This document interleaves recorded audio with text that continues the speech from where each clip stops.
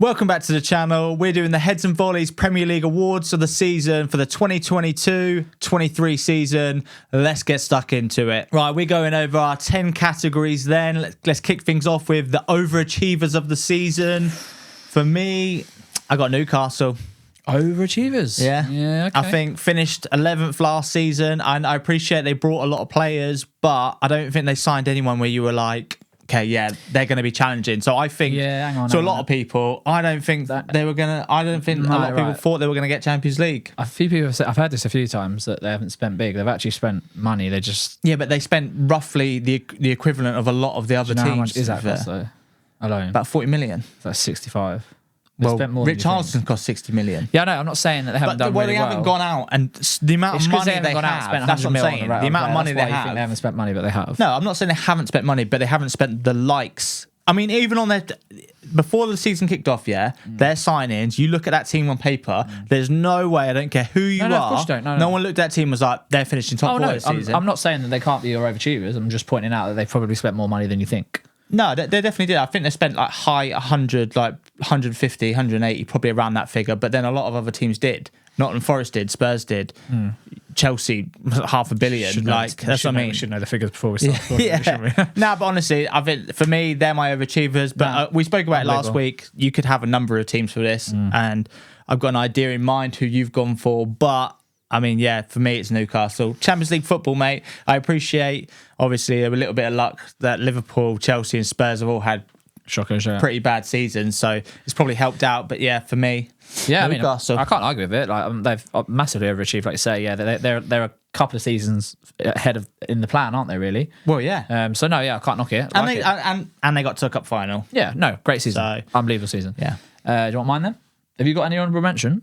Or are you just going to... I mean, if I'm going to honourable mention, I'll be here all day. Yeah, there's a few, isn't there? But my one is a bit... Well, let's see who yours is, and I'll give an honourable mention. Mine's a bit out there. Go on. So my overachievers are, and hear me out, Bournemouth. Okay. So take you back to the start of the season, when everyone's predicting their league tables and everything. Yeah. Where did everyone have Bournemouth? Relegated. Most people had rock bottom, didn't they? Yeah, probably. Forest spent all the money. Fulham, obviously, with a better side coming up. Yeah. Championship squad. Everyone had them rock bottom. I mean, a lot of people had Fulham relegated, to be fair, as well. Even at Christmas, everyone still had Bournemouth sets to go down, didn't they? Yeah. Yeah. Parker obviously went early doors. Yeah. Gary O'Neill took a while to get them going. And then he's been there a lot. It's been there quite a lot. I thought Parker played more than he actually did, but he went quite early on, didn't he? I think Gary O'Neill had a couple of results, and then they went on a poor run again, and then they just kicked into gear after Christmas, and to finish 15th. Yeah, it's a great achievement. With that team, which is a championship team, you'd argue that's the worst squad in the league. They're my overachievers for me. I think Gary O'Neill. No, I'll accept it, mate. I'm happy with that. Phenomenal job. Like I said, it could have been a number of teams. I could have gone Brentford. I could have gone Brighton. I could have gone Newcastle, Fulham, Villa. So many. But yeah, I just think for the team that he's got, for what he's working with, I think he's worked wonders. So I'm going to go Bournemouth as my overachievers. I'll take that. Right, let's get stuck into our underachievers then. Easily could have been Chelsea for me, but I've had to go Leicester. Leicester. Because obviously, again, similar situation. Finished 8th last season to get relegated. I think it's just crazy. I mean, yeah, we spoke about their squad and they should not be going down. My honourable mention was going to be Leicester. I wanted to give them a shout out for how shocking they've been. Yeah, they deserved to go down in the end, didn't they? Yeah. But yeah, my underachiever was Chelsea. Okay, 600 million they spent in the summer. 600. I don't care how long people say, they've got to have time and all this rubbish. 600 million. How you could finish where they finished, and they were generally at one point in a relegation battle until they got that win, didn't they? They were almost pulled into a relegation battle. Yeah. Do you know what? To me, it was a bit strange because I was looking at it and they were just basically accepted the fact that Lampard was a shit. And they weren't going to get any wins, and they were just rolling with the punches. Well, I think before they went on that shocking run when Lampard came in, and you were joking saying about the 007, do you remember? Yeah. Right? Just before they went on that run, I think they got a win, and they got to 36 points. So they were never going down. They were just about safe, and then they went on. Before that win, I think they won 39. Was it 39? Yeah, they were at 39 because everyone was joking. They're still a point away from being safe. There was something. Yeah, but no, they were on 36, and then they beat Bournemouth, didn't they? So, but they were on 36. You're not going to go down with 36. So we all knew they were safe, and we used to joke saying, "Oh yeah, they might go down." But really, realistically, we knew they weren't.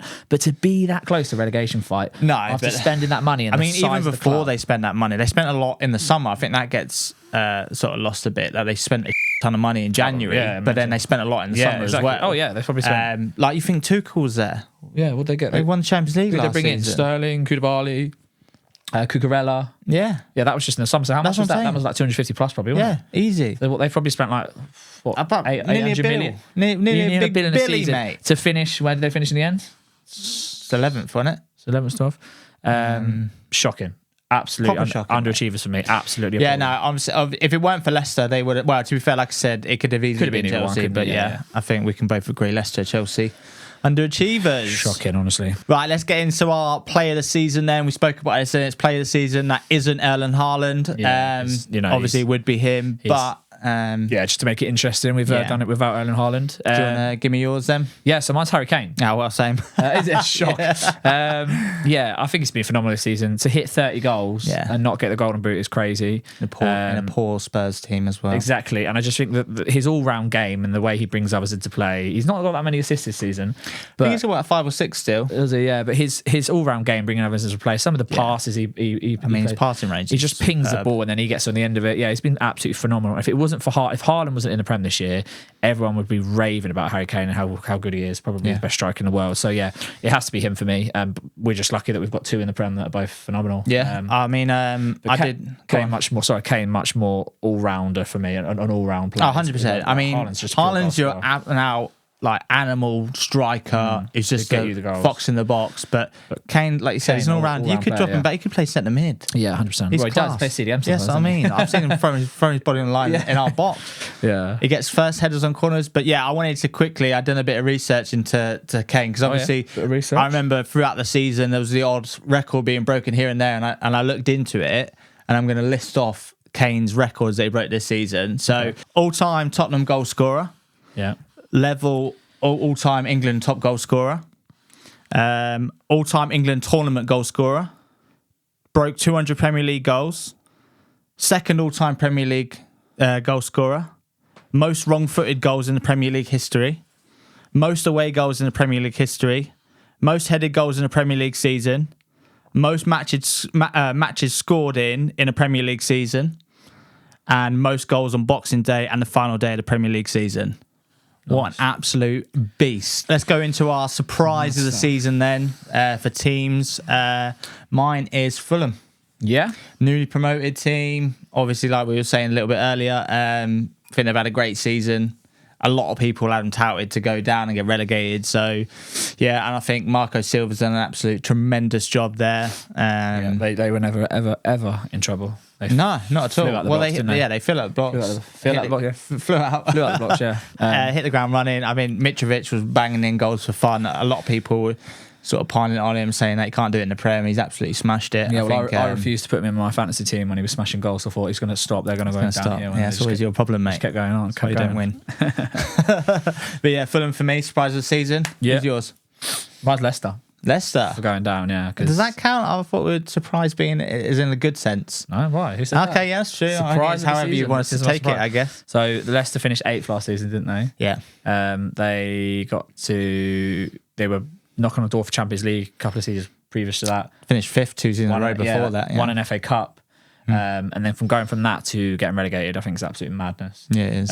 Massive surprise. No one in their right mind. Yeah, do you know what? I was thinking about it. You know, when we actually first talked about it, I think last week in the last episode, weekly catch up, go check that out. The only 2 other teams I could think of was Leeds back in like early 2000s and the old, I think West Ham. Remember in the early 2000s they had like Joe Cole, Rio Ferdinand, that team. Yeah. That got, is it Rio Ferdinand? John Terry and that got Lampard. Yeah, they got relegated with that team, mate. Didn't have all of them though, did they? Yeah, they did. Really? Chelsea raided them. Moved on by then. Yeah, fair. Yeah. Madness. So they were the only other teams I could think of that done something similar. And I mean, they arguably had better squads than Leicester, but finishing 8th to that, it's just it's crazy. I mean, their squads. You'll see in the summer the players, the caliber of clubs. Some of Tielemans has just announced that he's leaving, which that was already a given. Yeah, Tielemans, Madison, Barnes, Castagna probably. They're all getting Iheanacho. They're all getting Prem teams. Yeah, 100%. So yeah, I mean, yeah, crazy. Yeah. So yeah, they're my surprise. Yeah, of the okay, I'll take that. Because no man and his dog saw that coming. No. Right, let's get on to our team of the season then. I mean, we were contemplating leaving out City, but I mean, it's got to be City for me. For the comeback, I know obviously Arsenal helped them out in that situation, but Arsenal were flying. Like I said, they set the record for being top of the Premier League for the most amount of time and not winning it. And for City to be that consistent, to catch them, and just, I think they went on, a 14 game winning streak on the back end. They've played some like fantastic football in like patches of the season, like some great stuff. So yeah, it's got to be City for me. Okay, fair enough. Yeah. City are not my team of the season. Mental. City were not the best team this season. Well, okay. I think they were the best team, but let me rephrase that. They should be winning the league every season. Bournemouth.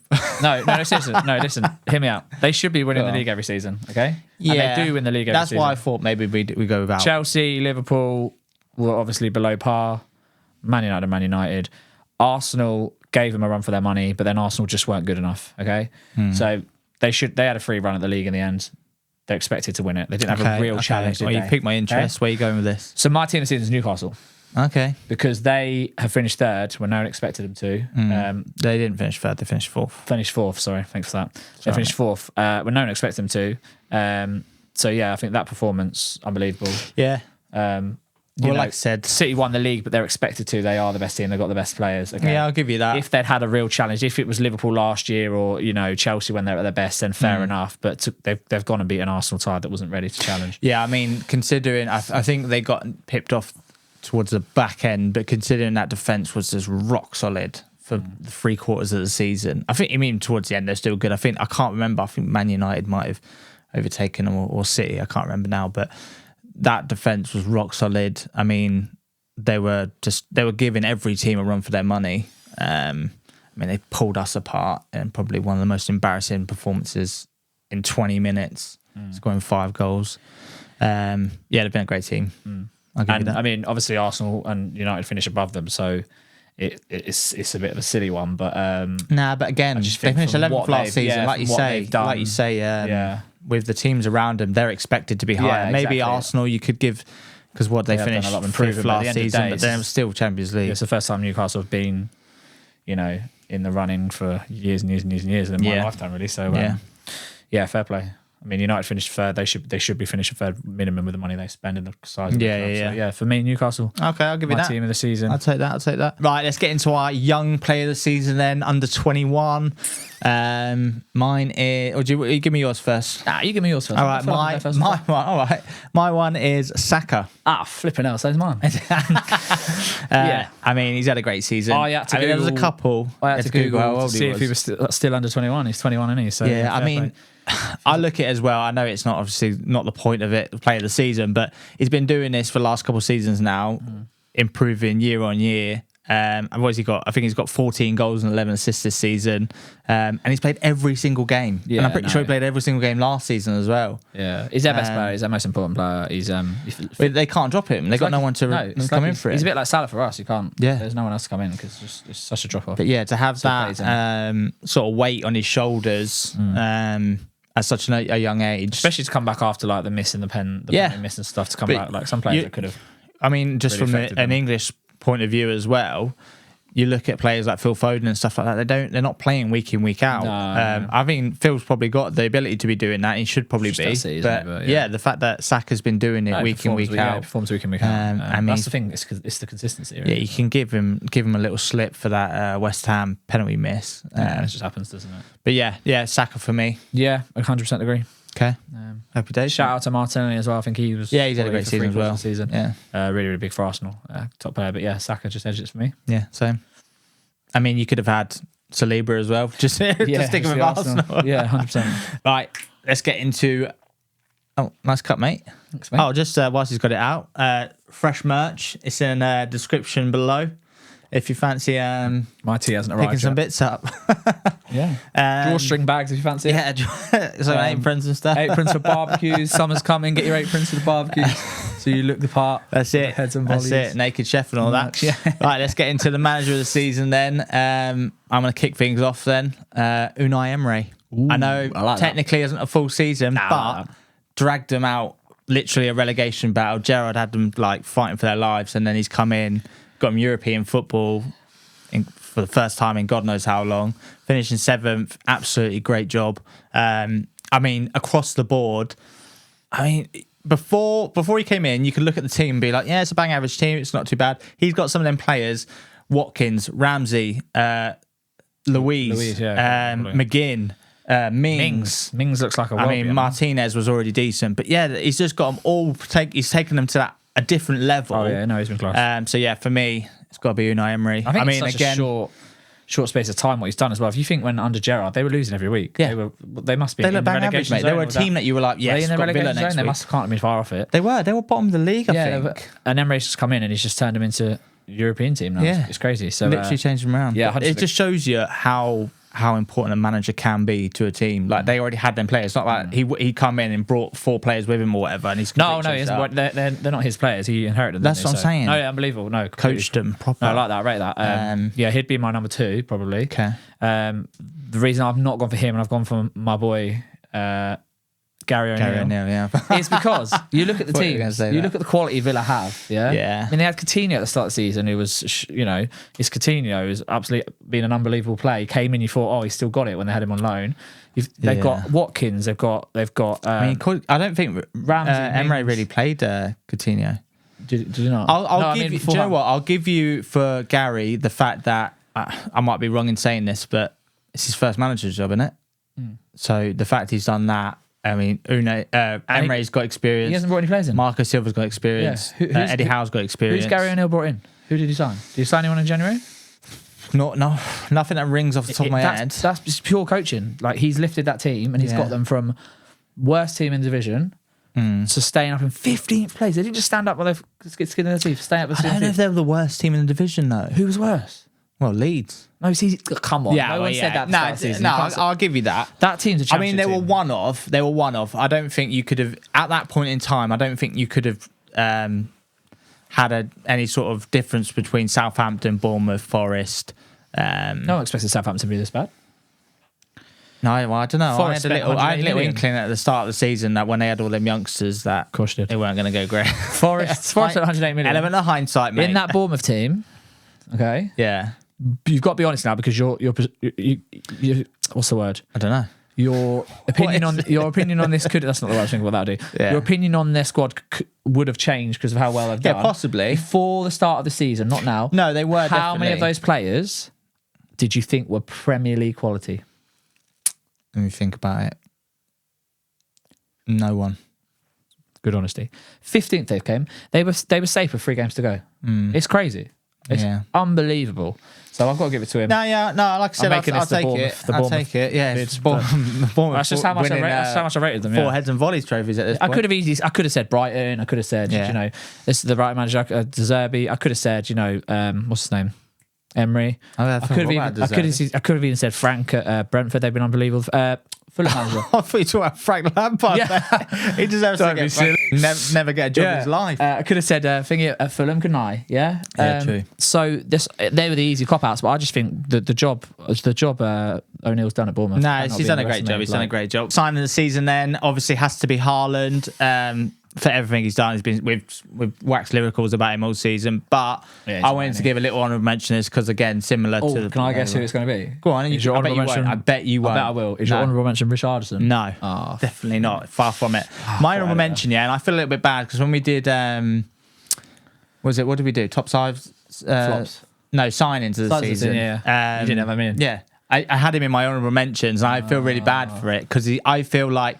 In terms of what he's done, a little bit. Well, I'm admitting my fault, mate. I'm admitting my fault, and I should have had him. I should have had him second in that.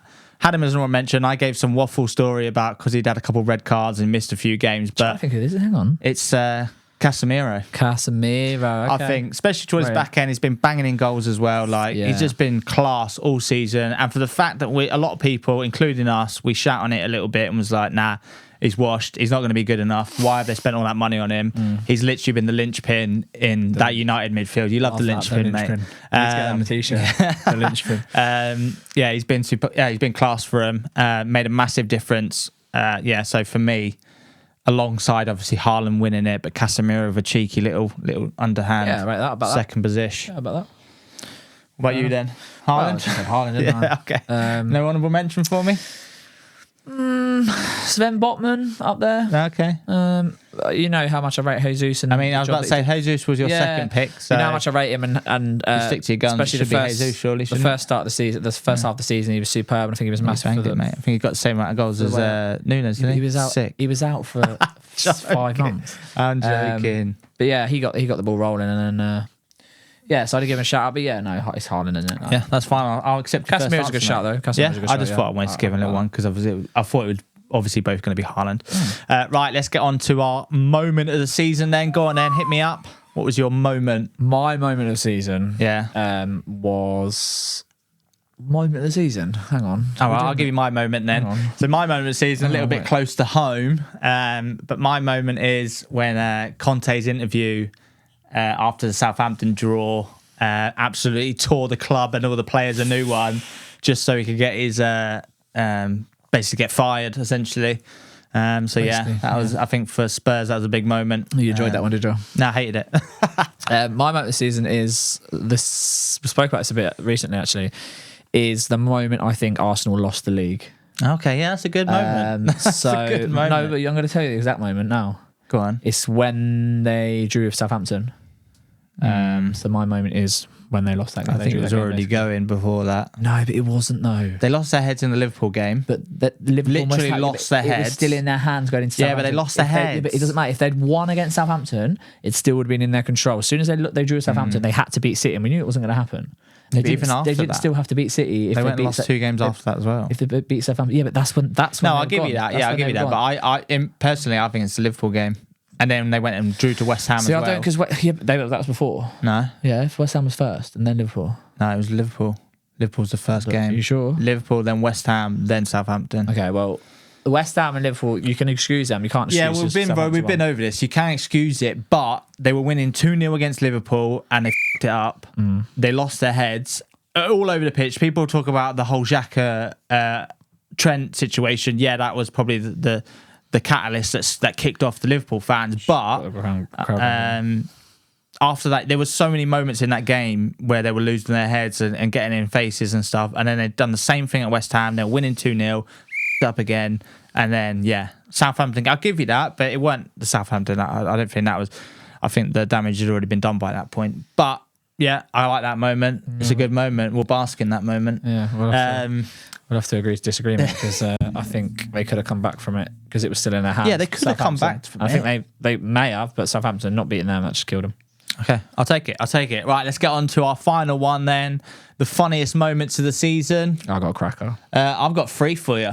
What? I thought we were doing 1. Well, do you know what? I was thinking about it. I was sitting there thinking, scratching my head, and I was like, oh, this one. I was like, oh, this one. You better start. And then I thought another one. I was like, oh, does that count? I'm going to throw it in anyway. Go on. So first one, I've got Big Kloppy putting a hammy when he got in the fourth official's face. Love that, mate. I was laughing my head off of that. Obviously, that's not on my list, but so yeah, Klopp putting a hammy after getting the fourth official's face. That's my first one. Yeah. Go on then. What you got for me? I'll save mine to the end. Come on. Okay. Second one then, I've got the whole Conte Tuchel handshake. Give it the handshake, and then Conte's face where he's like, what the f*** are you doing, mate? As if that's his season. That season's about 3 seasons ago. Yeah. Literally. I guess that yeah, that's my second one. You want me to go straight to my third? Okay, my third one was, it's not technically the Prem, right, but it was the FA Cup. Okay. And it was the infamous phone call, the phone prank in the BBC studio. I forgot about with that. With the woman moaning. that whole section, Shearer, everything. Yeah, that's got top tier for me. So they're my 3. That's got to win. Fair play. Go on then, what you got? So my one is Liverpool and Spurs not too long ago. I don't know if you remember. No. Bore off, mate. Listen, no, not the game, you tit. What? The part of the game. Okay, go on. So Liverpool were winning, weren't we? And probably Richarlison scored to make it 3-0. Yeah. Took off his shirt, got booked. Did the old pigeon as well. Yeah, and then Jota went up the other end. I think he shushed the fans. Yeah. Jota went up the other end 20 seconds later and scored the winner. I forgot about that. I think I tried to wipe that from my memory. That was comedy gold. That was Richarlison. Yeah. And it's just funny because he's had such a mare this season. Yeah. He does that and then we go and get the winner anyway. And the yellow card means that he had more yellow cards than goals now. Yeah, madness. All right, yeah, I'll take that. Yeah, happy enjoy that days. one? Yeah. Right, it's been an absolutely great season. Thoroughly enjoyed it, ain't we? Yeah, Both our teams have been superb this year. But yeah, obviously the channel's still growing, guys. If you like the video, you want to see more, make sure you like and subscribe. We look forward to seeing you in the next ones. You got anything for me? No, just like, subscribe, guys, please. We've got loads of content coming, different videos, and yeah. Help us on our journey to 1,000 subscribers. A bit of a long way off at the minute. Remember to get your drawstring bags. And just one last thing. I love you, Gary. Love you, Gary. Gary O'Neill. Oh, yeah. Got 3 awards coming from Steve. Yeah, I'll put them in the post, mate. Don't worry. Right, cheers, guys. We'll see you in the next one. Peace. See you later, guys.